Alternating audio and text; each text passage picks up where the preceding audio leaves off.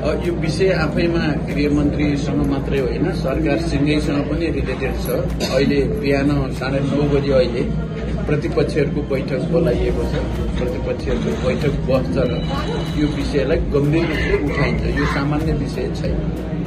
भनेको यही कारणले सरकार ढल्ने अवस्था आयो के हो?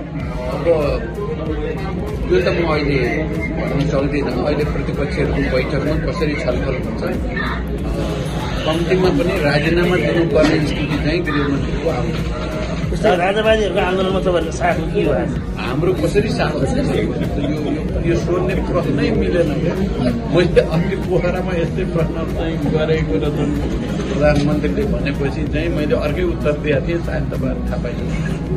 महेन्द्र राय यादवसँग कुराकानी के मिलेन भन्नुहोस् त? मिलेकै छ। अब पहिला सुरुमा चाहिँ नामको बारेमा महाधिवेशनमा प्रस्ताव राखेर चाहिँ महाधिवेशनबाट टुङ्ग्याउने भनिएको हुनाले उहाँले महाधिवेशनमा नामबारे जेसुकै भए पनि म चाहिँ माओवादीसँगै एकता गर्ने हो भन्नेमा उहाँ प्रष्टै हुनुहुन्छ।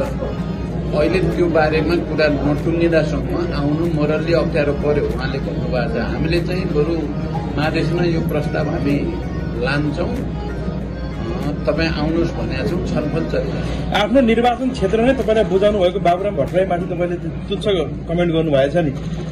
के को तुच्छ? उहाँले गरेको तुच्छताको तुलनामा त त्यो केही तुच्छ हो। उहाँ त धेरै तल उत्रेर भन्ने गर्नुभएको छ नि त। मलाई उहाँको काम भनेकै माओवादीको विरोध गर्नु बाहेक केही पनि बाबुराम भट्टराईले तपाईँले एक्लै छोडिदिनु भयो नि उसो भएदेखि त? मैले सबैलाई केन्द्रित हो भन्ने, तर उहाँले नै पार्टी आन्दोलन मार्चपास्ट छोडेर भागे हो नि त। अब त्यो भागेको मान्छेलाई मैले बढी भन्ने यहाँ बढी नसुन्नु न मैले।